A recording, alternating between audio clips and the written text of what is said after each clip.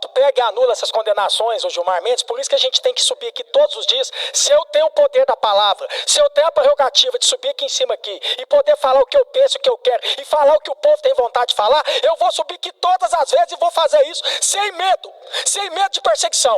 Se eu não tenho o poder da caneta, se eu não sou presidente da Câmara, se eu não sou presidente do Senado, se eu não sou presidente da República, eu sou senador e todas as vezes que precisar de subir aqui e tocar na ferida e falar a verdade pro povo brasileiro que não pode falar, eu vou falar pro povo brasileiro. O Brasil foi pego de surpresa com a decisão do ministro Gilmar Mendes, que anulou todas as condenações do que foi considerado o cérebro, o mentor, a mente intelectual por trás da corrupção nos governos do PT. Logo após a anulação das condenações na Lava Jato de José Dirceu, senadores como Eduardo Girão, Sérgio Moro, Rogério Marinho, Márcio Bittar, Plínio Valério e Cleitinho expressaram sua revolta e indignação com a determinação do ministro do Supremo Tribunal Federal, Gilmar Mendes. Veja. Se fosse um filme de ficção, até caberia a risada diante do caso. Mas nós estamos falando da Suprema Corte de Justiça do Brasil.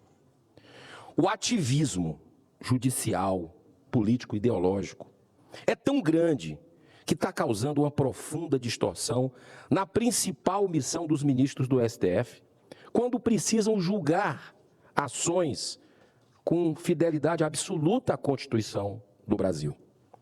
Qual deve ser o espírito que deve nortear a interpretação sobre a constitucionalidade de determinado artigo? O correto é buscar qual o real espírito do legislador e nunca forçar a barra para impor a visão pessoal dos ministros. Há muito tempo vem ocorrendo a deteriorização do poder judiciário brasileiro. 5 desembargadores do Tribunal de Justiça de Mato Grosso do Sul estão afastados inicialmente por 180 dias em virtude de corrupção e venda de sentenças, incluindo chefe do tráfico para o chefe de tráfico de drogas. Além disso, segundo o portal da transparência do próprio tribunal, esses desembargadores vinham recebendo super salários de mais de R$200 mil líquidos por mês. O teto constitucional é R$39 mil, que já é, digamos, muito alto. Causou muita estranheza a rapidez com que esse processo, que tramitava no STJ, tenha subido para o Supremo Tribunal Federal. O que não pode ocorrer nesses casos é a leniência em virtude do corporativismo. Um Supremo marcado por arbitrariedades e abusos de autoridade, como a mais recente decisão de Gilmar Mendes, agora anulando todas as condenações de corrupção de José Dirceu. Acredite se quiser, Brasil. É uma provação para o cidadão de bem. Hoje o país recebeu atônito a notícia dessa decisão da anulação das condenações do ex-ministro José Dirceu na Operação Lava Jato. Esse que é um dos grandes símbolos da corrupção do PT, dos governos do PT, dos governos do Lula. E quem diz isso não sou eu, é o Supremo Tribunal Federal. No caso do Mensalão, na Ação Penal 470, relator o corajoso, o ministro Joaquim Barbosa, deixou muito claro o papel de protagonista e de mentor do ex-ministro José Dirceu no direcionamento de pagamento de suborno para a compra de votos de parlamentares federais, naquele que então, até então era conhecido como o maior escândalo de corrupção do país. Foi, no entanto, depois superado pela Operação Lava Jato. E eu retomo aqui dados da sentença que proferi, senador Girão, na época, sentença proferida em 2016, e o que dizia a sentença? Que em um contrato da Petrobras com a Engevix, cerca de 0,5% a 1% havia sido pago em suborno, o que dava um valor de mais de 50 milhões, sendo que cerca de 15 milhões direcionados em benefício do ministro José Dirceu. Quem diz isso não sou eu, não fui eu na sentença, porque a sentença, isso que se omite em todas essas anulações de condenações Lava Jato, todas essas sentenças confirmadas, em segunda instância, pelo Tribunal Regional Federal da 4ª Região. Essa, em particular, confirmada a condenação por corrupção no Superior Tribunal de Justiça. E, de repente, se cria uma fantasia, uma narrativa que não tem base fática nenhuma, de que teria havido alguma espécie de perseguição, de conluio, em relação ao ex-ministro José Dirceu. As provas, nesse caso, não se baseavam apenas na palavra de um colaborador, havia prova documental, havia um registro documental dos valores indo do contrato da Petrobras para pagamentos em benefícios do ex-ministro.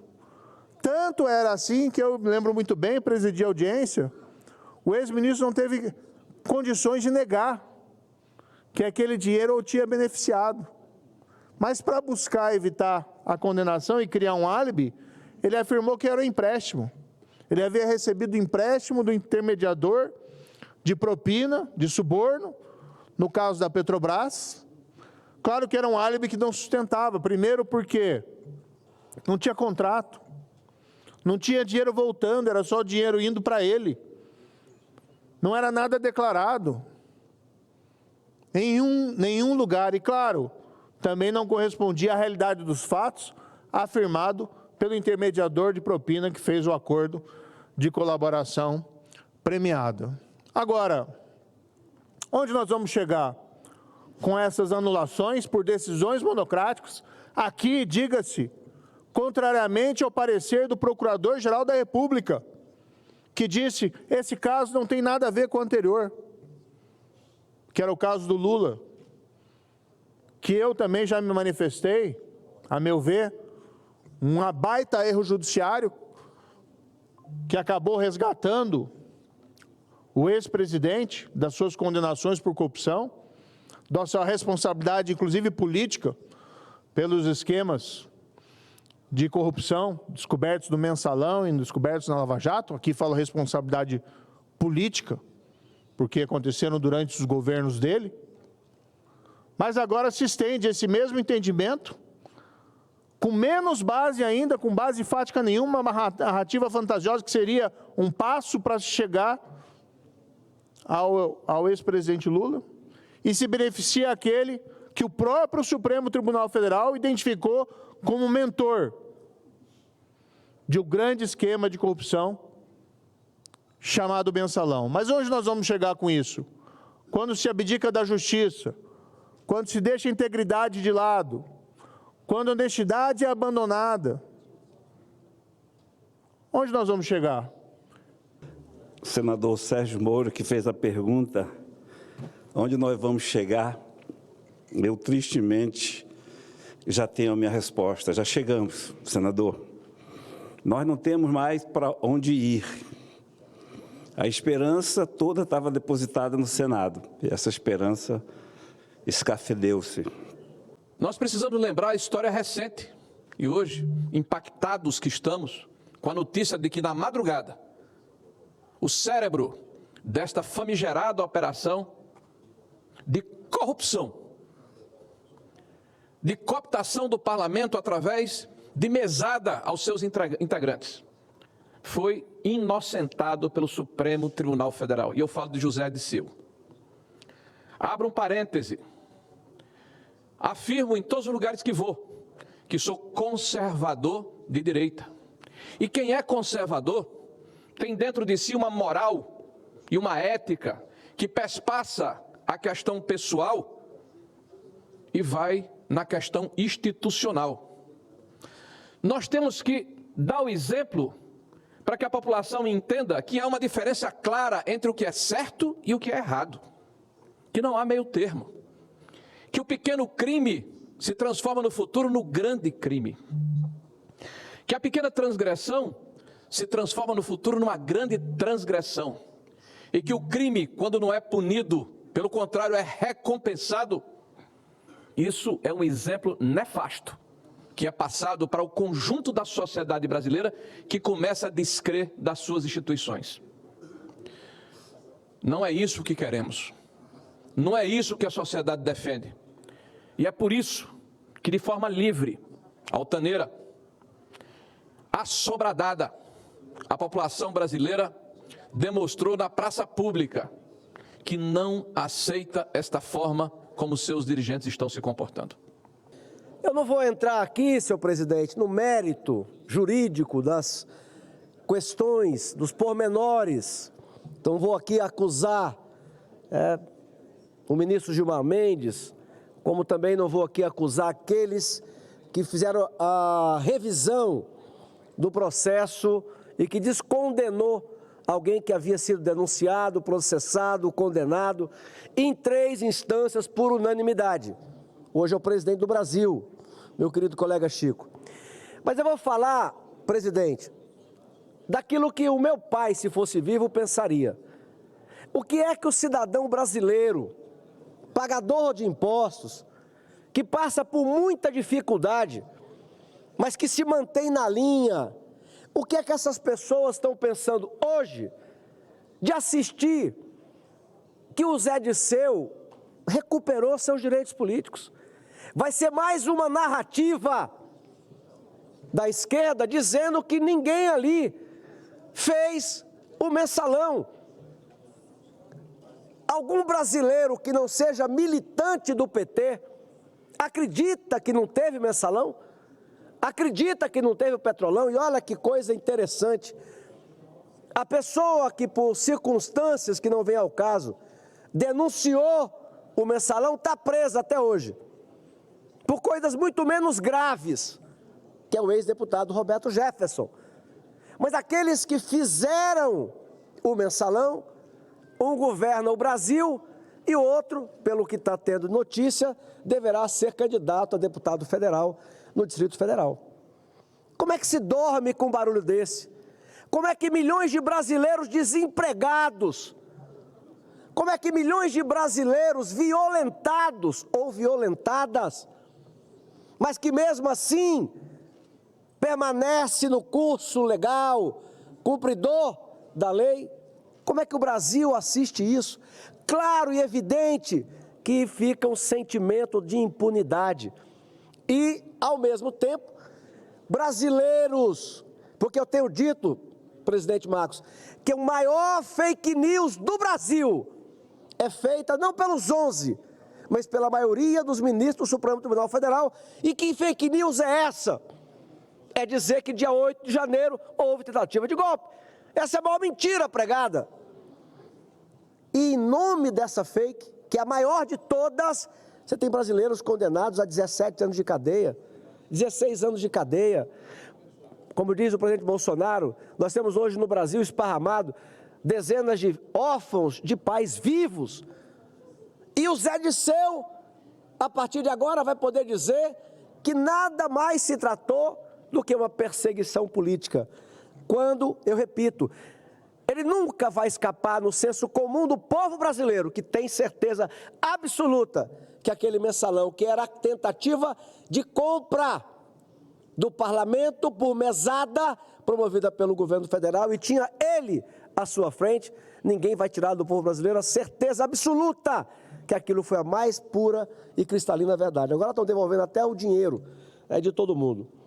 Quanto pega e anula essas condenações, o Gilmar Mendes, por isso que a gente tem que subir aqui todos os dias. Se eu tenho o poder da palavra, se eu tenho a prerrogativa de subir aqui em cima aqui e poder falar o que eu penso, o que eu quero e falar o que o povo tem vontade de falar, eu vou subir aqui todas as vezes e vou fazer isso sem medo de perseguição. Se eu não tenho o poder da caneta, se eu não sou presidente da Câmara, se eu não sou presidente do Senado, se eu não sou presidente da República, eu sou senador, e todas as vezes que precisar subir aqui e tocar na ferida e falar a verdade para o povo brasileiro que não pode falar, eu vou falar para o povo brasileiro, porque enquanto solta esse indivíduo, acaba com todas as condenações dele, olha o que acontece aqui, ó. Olha isso aqui, que absurdo. Moraes mantém prisão de cabeleireira que rabiscou estátua do STF com batom no dia 8. Enquanto anula todas as condenações de José Dirceu. Dá uma pesquisada no Google aí, olha as condenações de José Dirceu. Dá uma pesquisada no Google aí. Fica à vontade em fazer isso, você que está vendo agora essa fala minha.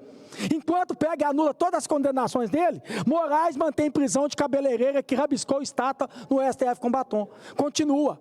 Por isso que eu peço aqui, para que todos os senadores, eu quero chamar a atenção aqui dos 36 que apoiaram a questão do impeachment do ministro Alexandre de Moraes, que a gente possa se posicionar aqui e tudo que tiver aqui, a gente obstruir tudo que tiver dentro do Senado aqui agora, a não ser que seja para o povo. Se chegar aqui projeto aqui para reduzir imposto, pode contar comigo. Chegar projeto aqui para reduzir a conta de água do povo, reduzir a conta de energia, reduzir a gasolina, reduzir o custo de vida do povo brasileiro, contem comigo, eu estou aqui para apoiar toda hora. Agora, projeto que é para beneficiar político, classe política, beneficiar partido, vamos obstruir tudo. Enquanto não passar a PEC da anistia aqui, gente, não podemos deixar passar mais nada. Se anula todas as condenações de José Dirceu, tem que passar a PEC da anistia aqui para a gente poder fazer justiça, como essa mãe que está sendo injustiçada.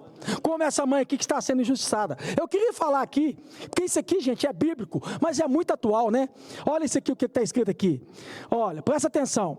A justiça é posta de lado e o direito é afastado. A verdade anda tropeçando no tribunal e a honestidade não consegue chegar até lá. A verdade desapareceu e os que procuram ser honestos são perseguidos. O Senhor se desgostou ao ver que não havia justiça, mas todas as vezes que precisar de subir aqui para poder combater essas injustiças, eu vou estar aqui para fazer isso. É minha obrigação, é meu dever, como senador da República, pelos meus 4,5 milhões de votos que eu tive aqui, e por tudo que eu represento nesse país aqui hoje, subir aqui e não ter medo de falar, e não ter medo de assinar nada.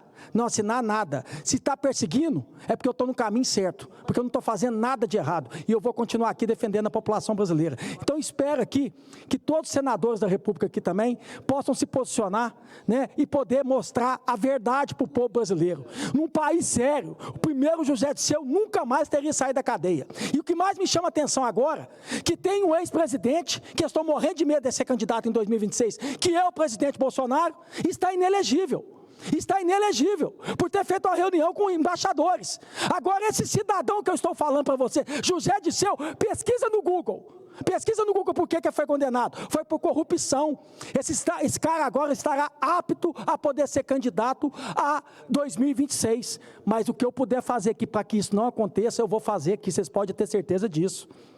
Porque aqui tem ainda uma PEC para poder passar, aqui não sei se é PEC ou projeto, para poder flexibilizar a lei da ficha limpa. Flexibilizar a lei da ficha limpa, para poder beneficiar, sabe quem? Sabe quem? Sérgio Cabral. Sabe mais quem? Eduardo Cunha. Para que esses também possam vir candidato em 2026. Não, Nanina, não. Da minha parte aqui, o meu dedo é não. É não. Enquanto vocês não passarem aqui a PEC da anistia aqui, não vai passar esse tipo de projeto aqui não. Se vocês querem passar a mão na cabeça de políticos que roubaram desse país, que quebraram esse país, porque o negócio é falar o seguinte, veio patriota aqui e quebrou, né, Brasília, quebrou o Congresso Nacional. Não, quem quebrou o país aqui foi políticos que acabaram com esse país aqui com corrupção, como esse tal de José Dirceu, né? Então, um país sério, esses caras nunca mais na vida seria candidato. Num país sério, um tal de Pezão, que foi candidato a prefeito e ganhou a eleição lá no Rio de Janeiro, nunca mais seria candidato na vida dele. Aí eu queria chamar a atenção aqui, né, de você, cidadão, eleitor. Você tem a obrigação moral também de varrer esses políticos da face da terra do Brasil. Esse cara nunca mais pode ser candidato. Se esse cara tem a oportunidade de ser candidato, como esse Pezão foi, ou esses caras que eu falei que agora está querendo vir novamente, não vote. Não vote. Pega o histórico dessas pessoas. Roubar dinheiro público, desviar dinheiro público, gente. Um país sério, esses caras nunca mais seria candidato. Esse país sério, o José Dirceu estava preso até hoje. Nesse país sério, um descondenado não seria presidente. A verdade é essa. O senador Cleitinho citou Isaías capítulo 59, versículos 14 e 16, que ressoa fortemente com os tempos atuais. Aspas. A justiça é posta de lado e o direito é afastado. A verdade anda tropeçando no tribunal e a honestidade não consegue chegar até lá. A verdade desapareceu e os que procuram ser honestos são perseguidos. O Criador Eterno se desgostou ao ver que não havia justiça.